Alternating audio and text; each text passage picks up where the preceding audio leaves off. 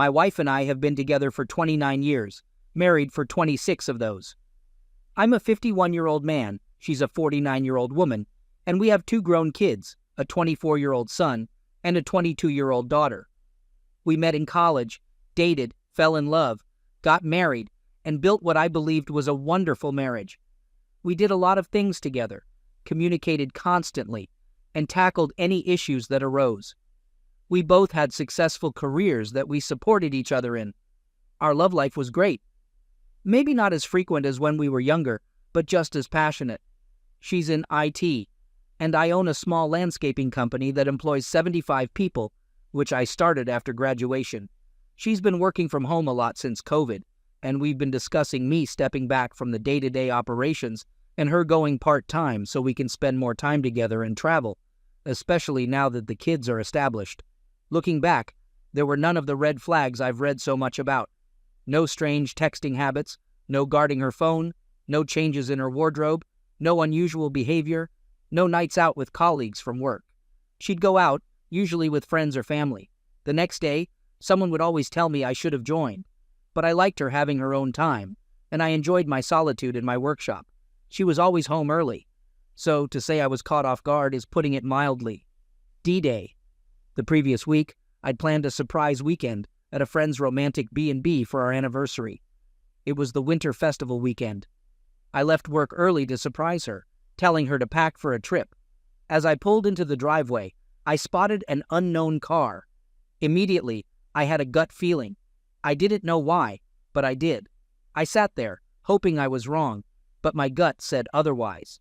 I sat there, contemplating my next move. Should I leave and confront her later? Pretend I didn't see anything? I was shaking so much I could barely see. When I face uncomfortable tasks at work, I tell myself to man up and get it over with. Suddenly, my shaking stopped and I felt oddly calm. I had no idea how, because inside I was a wreck. I quietly entered through the back door and my black lab was lying there, looking sad, as if he knew something was off, instead of his usual excited greeting. Gosh, I adore that dog. He stays put as I tiptoe up the stairs. As I reach the top, the sounds from our bedroom become clear.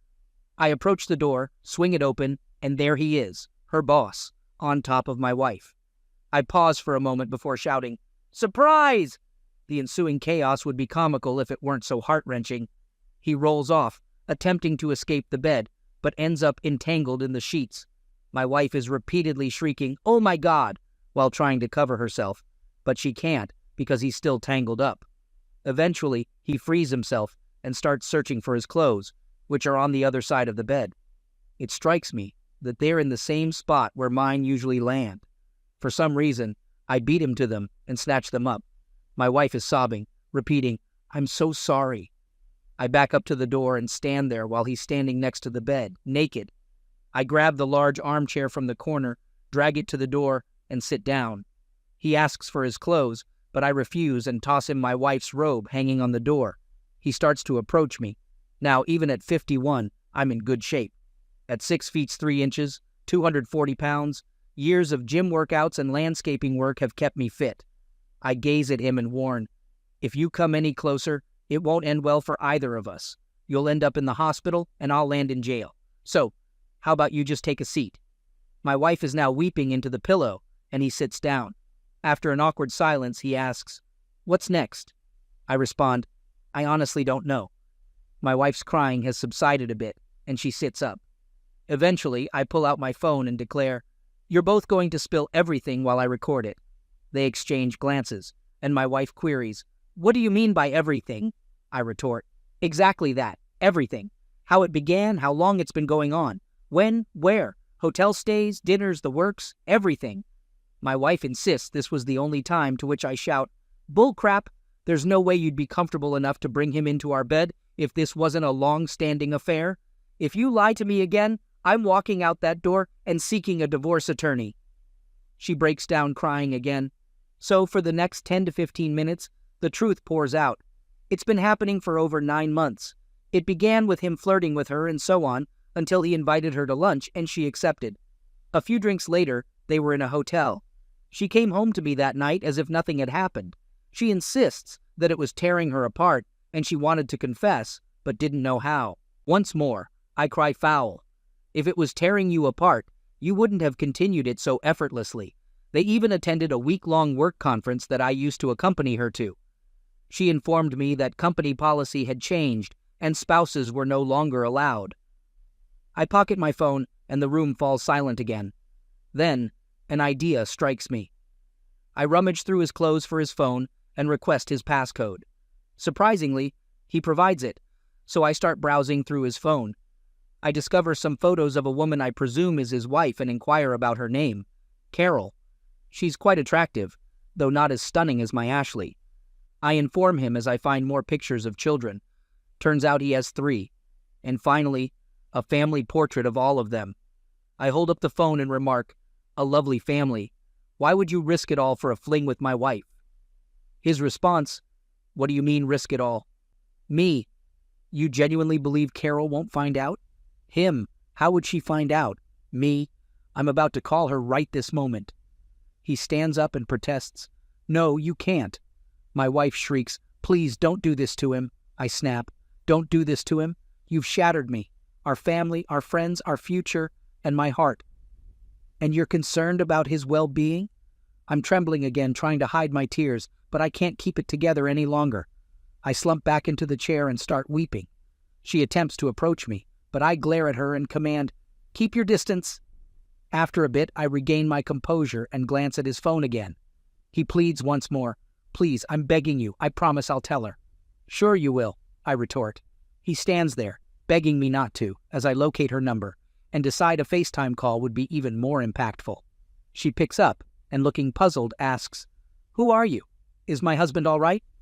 He's fine for now, but that's about to change. I switch the camera to show him standing there in my wife's robe. I state, "I believe you're familiar with this man. The room he's in is my bedroom. The floral robe he's sporting belongs to this woman," as I swivel the phone to capture my wife, who's attempting to hide under the sheets. But it's too late. That's my wife, and I arrived home early today to find them in bed together. I genuinely feel sorry for her, and terrible about how I broke the news. She begins to sob, and he tries the "honey, I'm so sorry. I can explain. It was just one-time spiel." I advise her not to trust a single word he says. It's been happening for over 9 months, and I've spent the last 15 minutes recording all the details they were willing to divulge. I assure her I'll text her my contact info, and she should send me her email address so I can forward her the video. I hand him his phone and overhear her warning him that a packed bag will be waiting outside when he gets home, and if he tries to enter the house, she'll call the cops before she hangs up. I throw his clothes at him, and he exits once he's dressed. Now it's just me and my wife left. She gazes at me and starts shedding tears, apologizing profusely. She never intended to cause me pain. Could I find it in my heart to forgive her? It was meaningless. All the typical cheater's excuses. I stare at her, instruct her to pack her things and get out of my house. I head downstairs and pour myself a drink. I'm sitting on the sofa when she descends the stairs. She begins to approach me and I command, "Just stop." She inquires if we can discuss this, and I respond, "Perhaps, just perhaps, but not now." I inform her it's going to be incredibly difficult to resist seeking a divorce attorney, and she starts weeping again. She looks at me and I can tell an "I love you" is on the tip of her tongue. I interject, "Don't you dare utter those words right now, because I don't think I'll ever trust them again." More tears flow as she turns and exits the door. Seeing her in tears, walking out the door, my entire world leaving, I crumble and collapse on the floor, shaking, crying uncontrollably. I can't tell how much time passed, but eventually I managed to sit up, still shedding tears, and I dial my best friend. I attempt to speak, but the tears start flowing again, and I can't get the words out. He asks, "What's wrong?" But I can't respond. He asks if I'm at home, and I manage to grunt a "yes," and he assures me he's on his way. Half an hour later, he's in my living room. I'm still in tears. I hand him my phone with the video on display, and he starts to watch. I can't stand to hear it, and go to fix us both a drink. He enters the kitchen, takes my drink away, and pours them both down the sink, saying, "This isn't going to help you." He insists I can't stay here alone tonight, and instructs me to go upstairs and pack a bag. I come back downstairs, and he has my lab on a leash, and we head to his place. Update. For those of you who commented on how wonderful my friend is, his name is Dan, and I couldn't agree more. Given our long-standing friendship, it's only natural that our families would be close. Our children are friends, and when they were younger, we used to go on family camping trips together. Over the years, his wife Terry and mine have become close friends, which is relevant to what happened next. As we were driving to his house, I was silent, and Dan was growing increasingly angry. When we arrived at his place, he walked in and asked Terry, "Did you know?" She responded with a confused, "No, what?" He raised his voice and asked again, "Did you know?" I intervened, telling him to calm down and reminding him that this wasn't her fault. He realized he was out of line and apologized to Terry with a hug. Now, utterly bewildered, Terry was handed my phone by Dan, who said, "Show her." I took my dog outside, not wanting to hear it again. When it was over, Terry came outside in tears and gave me a long, comforting hug. She took my hand, and we went back inside. The three of us spent the next hour or so talking and crying and talking, all the while my phone was buzzing nonstop. As you might have guessed, it was my wife. I disregard the calls and erase the texts without even glancing at them. Then, my son rings up. He's curious about what's happening. His mom is at his place with his wife, claiming I kicked her out. I ask him, "Did she tell you why?" He responds, "No." I tell him, "Hand her the phone, she needs to explain." He asks why, and I tell him I'll send him the video if she doesn't, and then I hang up. About 10 minutes later, my son calls back, sobbing. All he can stutter out is a series of WTF. I switch from being upset to being a comforting dad, reassuring him that it's going to be all right and that none of this is his fault. He calms down and checks if I'm okay, to which I respond with a tearful, "Of course not." He finally tells me that his mom will be staying the night and quickly ends the call. My phone rings again. This time it's my daughter. I had forgotten that I asked her to look after the dog while we were supposed to be away for the weekend. She's wondering where Cooper, my lab, is. I tell her plans have changed and we're not going, but she can still stay at the house. Neither of us will be home tonight. She asks, "What do you mean, neither of you? Where are you?" I tell her, "I'm at Dan and Terry's, and your mom is at your brother's." She insists, "Dad, tell me what's going on." I respond, "I can't right now. I'll swing by the house tomorrow and we can talk then." She keeps pushing, but I keep refusing. Eventually, she gives up and ends the call. I know exactly where the next call is going to be. Then I ping my son, giving him a heads up about an imminent call.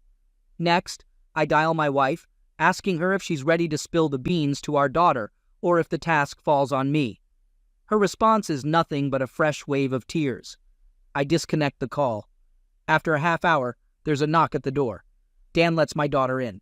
Seeing me in tears, she rushes to me, and we both break down in a tight embrace.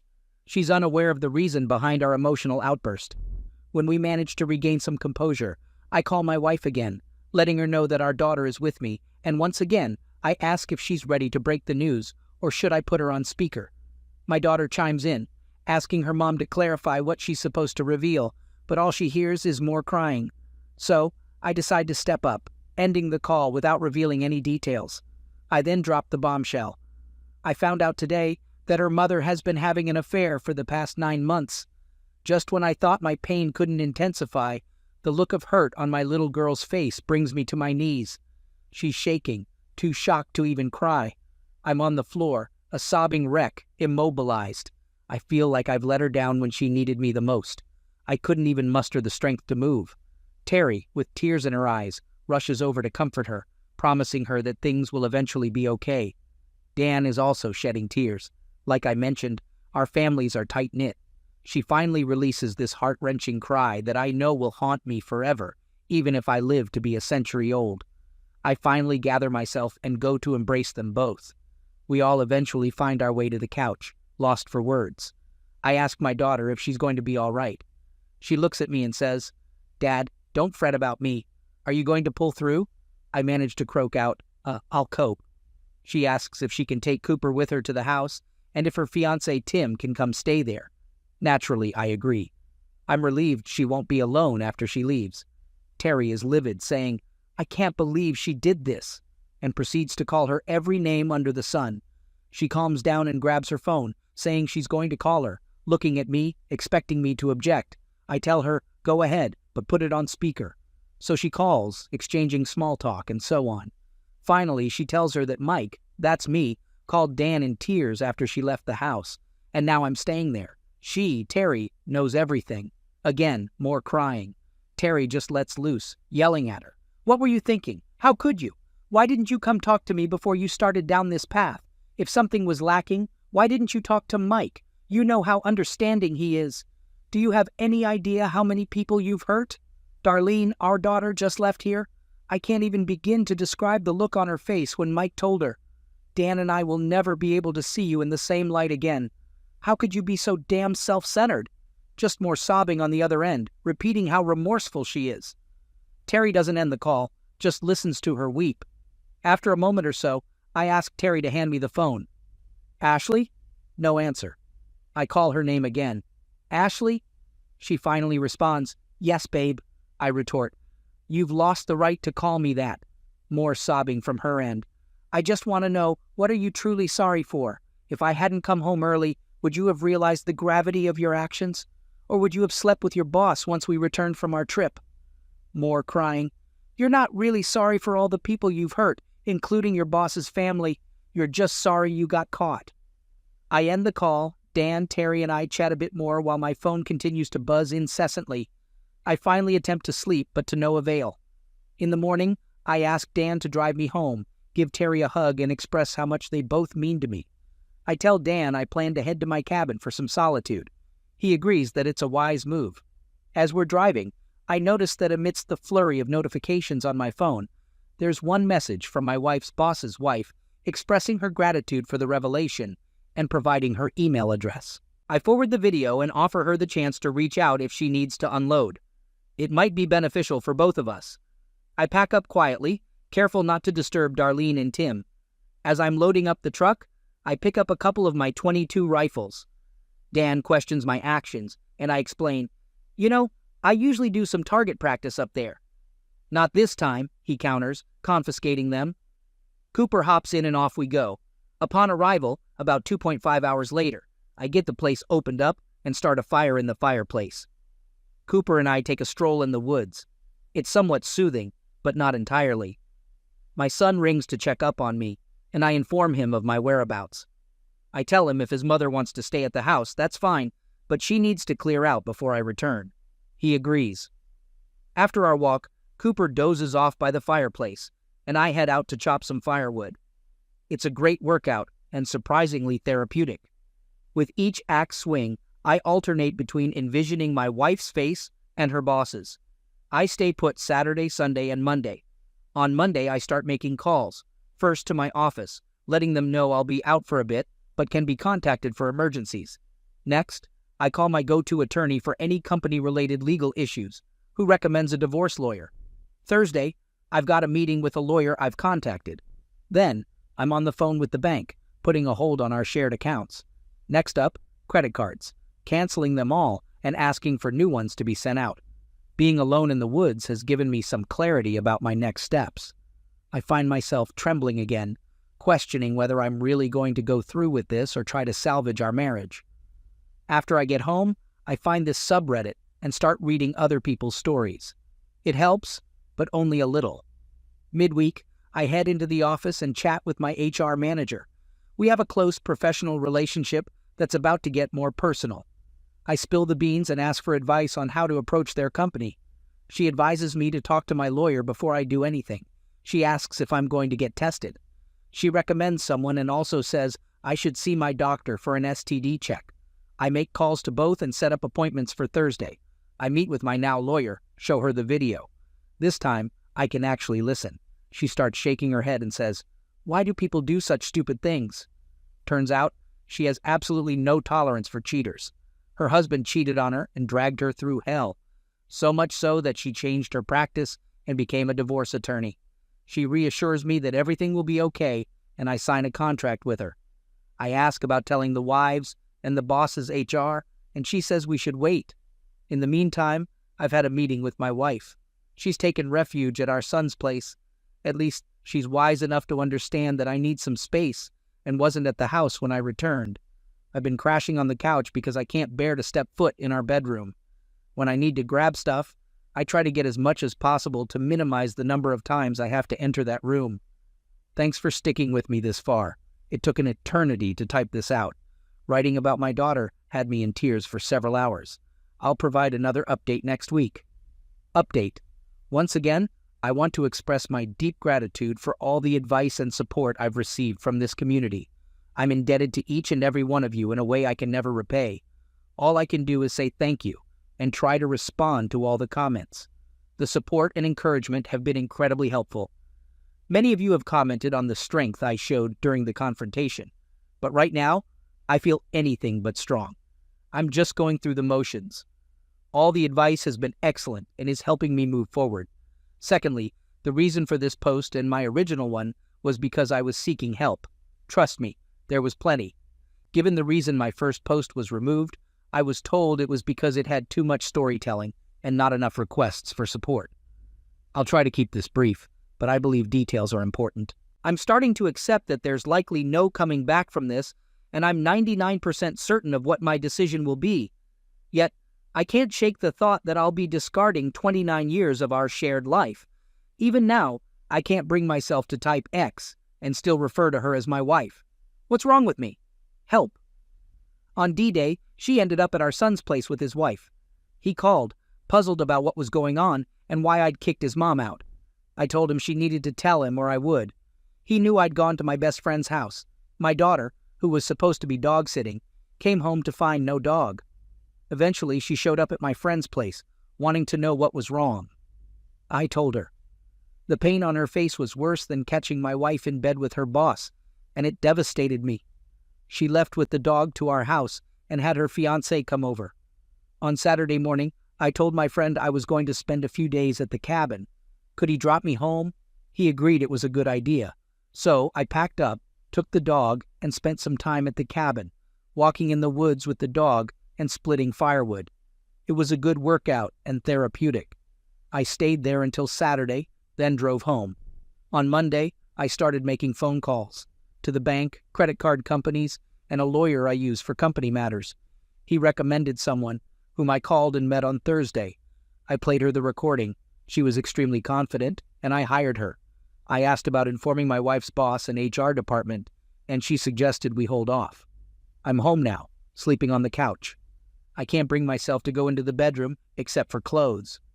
On Friday, my son called to tell me his mom couldn't stay there anymore. It was causing strain for him and his wife. Could she come home? I hadn't spoken to my wife since D-Day. I reluctantly agreed. She returned on Saturday. I went back to the cabin. It was freezing, but I managed. On Monday, I went straight to the office. The people there love my dog, and he gets spoiled. I finally went home on Monday night. When I saw my wife, all I could see was the image of her in bed with her boss on D-Day. I don't think I'll ever get past that. Any suggestions? We didn't speak. I changed and went to my basement office to keep busy. Eventually, I watched TV in the basement. She came downstairs and asked if we could talk about this. I told her I wasn't ready yet and asked her to leave me alone. While she was there, I fell asleep in the recliner, woke up early, went to the gym, showered there, and went to work. My routine is to go home late for the rest of the week. On Friday, my HR manager checks in on me. I fill her in on the recent events and my therapist visit. She suggests that I should stop sleeping on couches and chairs and buy a new bed. I think it's a fantastic idea. I withdraw half of the remaining joint account funds, which is my wife's share, and head out to buy a new bed. The delivery is scheduled for Saturday. I wait at the office for the call that they'll be there in 30 minutes. I stop to pick up a couple of subs for the delivery guys and wait nearby. When they arrive, I meet them, treat them to lunch, and give each of them $25 to do me a favor. I ask them not to haul away the old mattress, and if they could come back later to pick it up. I ask them to lean it against a tree near the street. They look puzzled, and I tell them to give me 5 minutes and come in. They'll understand. Now, I had thought about burning the old mattress in the driveway, but I didn't want to deal with the cleanup. I go upstairs and strip the bedding. While I'm doing this, something comes back to me that I need to find out about. I take a can of Blaze Orange spray paint that we use for marking properties we're working on and spray "Wife cheated on me in our bed" in big letters. The guys come in, and my wife asks what's happening. I tell her I can't sleep in that bed anymore and that she bought me a new one. She seems upset but retreats downstairs. The new bed is set up, and the guys leave the old mattress where I requested. After a while, she informs me that they left the old mattress in the yard and that they'll be back for it. I respond, struggling to keep a straight face. I don't think she's caught on yet, but the entire neighborhood certainly has. Come Valentine's Day, she attempts to be romantic and initiates intimacy. I reject her, stating that I wouldn't take her up on the offer, even if she were the last woman on earth. She retorts, saying that we don't just have sex, we make love, her voice filled with distress. I counter that we haven't made love since she started sleeping with her boss. She looks taken aback. Did she think I'd forget? I'm utterly baffled by her thought process. I decide it's as good a time as any to have a discussion and ask her to sit down in the living room. I ask her what she wants to do. Should we attempt to mend things or should we divorce and move on? I'm not sure why I even proposed the former. I guess I'm hung up on the idea of discarding 29 years. Please convince me otherwise. She claims she's willing to do anything I ask to rectify the situation and pleads for my forgiveness. I tell her she needs to confess to everyone in our family, starting with her parents and my mom, including the details of how I discovered the affair. Our kids aren't aware of this detail yet. They're visiting tonight. I'll provide an update later on how that unfolds. That's my current situation. I'm still in a state of shock from everything and constantly battling the urge to confront her boss, but I still need advice. When will things start to improve, or is this my new reality? Update. That evening, my dad passed away 3 years ago, her parents, her sister, and brother-in-law all come over. We all settle in the living room, and I make sure to sit as far away from her as possible. They start with the comforting words, "What's wrong? We love you. Everything will be okay," assuming someone is seriously ill. I glance at her and say, "This story isn't going to tell itself." Her dad looks at me, and I swear his eyes are saying, "Oh no," as if he senses what's coming. I have to give her credit. She tearfully confesses everything, including the part where I walked in on them in our bed. After a long, uncomfortable silence, she pleads, "Somebody say something." I respond, "What are they supposed to say? That you're a terrible person?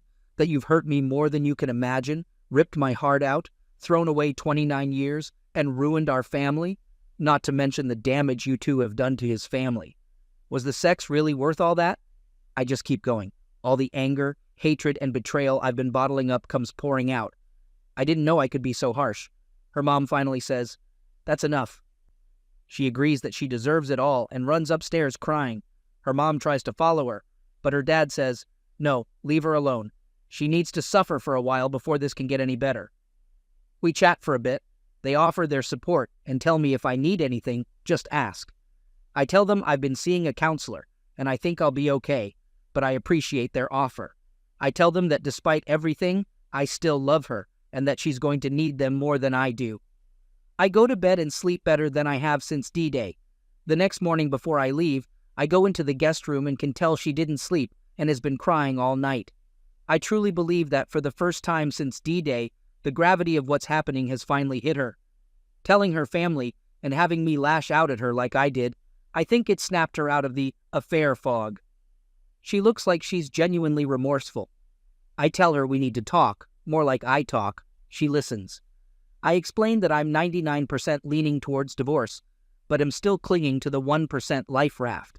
That if there's any hope, she needs to do what I ask to help me get over this. She says she'll do anything, just to please not do anything yet. I remind her of a story I told her when my dad died. When I was 17, my dad shared some wisdom with me. He said, "You'll face tough times in life, but how you handle them speaks volumes about your character. Never make crucial decisions when you're upset." At the time, I brushed it off with a casual, "Yeah, Dad, whatever." I start to tear up as I say how much I wish he were here so I could tell him that I was really listening. She gets up and hugs me. I don't reciprocate, but it feels comforting, which unnerves me. She sits back down, and I tell her she needs to move out. I can't heal if I see her every day. We need to go no contact.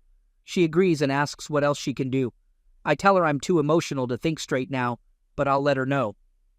On my way to work, I call my lawyer and arrange to meet her today. She's free, so we meet for coffee. I update her on everything, the 99.1% dilemma, etc. I ask her to prepare divorce papers in case I decide to proceed. She suggests that if I can afford it, I should find an apartment for my wife and pay the first month's rent. This would demonstrate good faith if things go to court. I agree, and she says she'll have something for me to review by Monday. I call a real estate broker we've worked with over the years, explain the situation and what I need. He refers me to a rental agent. The agent finds a suitable place, and I meet with the property manager to pay for the rest of February, March, and the deposit. When I get home, I tell my wife about the apartment, what I've paid for, and that she needs to meet the manager and sign the lease. It's a 6-month lease, which seems like a plus. She's surprised by how quickly I've acted. I tell her that I needed her not to come home from our sons. While she's gone, I arrange for movers to come on Saturday. When she gets home, I tell her about the movers and ask why she hasn't asked about finances. I inform her that I've canceled the credit cards, withdrawn my half from our joint account, and canceled the debit card. She seems angry but admits she doesn't blame me. It turns out she hasn't needed to spend anything, as she's been splitting her time between our son's place and home. She also reveals that she requested a leave of absence from work due to personal issues. They allowed her to take her paid vacation first. On Friday, I tell her she can take whatever she needs for the new place. Just leave me some essentials and nothing from the basement or any family heirlooms, and my new bed. I also tell her that I'm open to marriage counseling. She should find 3 different counselors, and I'll choose the one I think is best. I leave early on Saturday morning and return to a half-empty house, including the TV. That's okay. I wanted a bigger one anyway. My friend still has my liquor, so I stop by to pick up my favorite bourbon and enjoy a glass while typing this. Sorry this was so long. Thanks for reading this far. Tomorrow, I'm hitting the gym, making my favorite chili, and buying a new TV. I'm sure I'll have more to post in the future.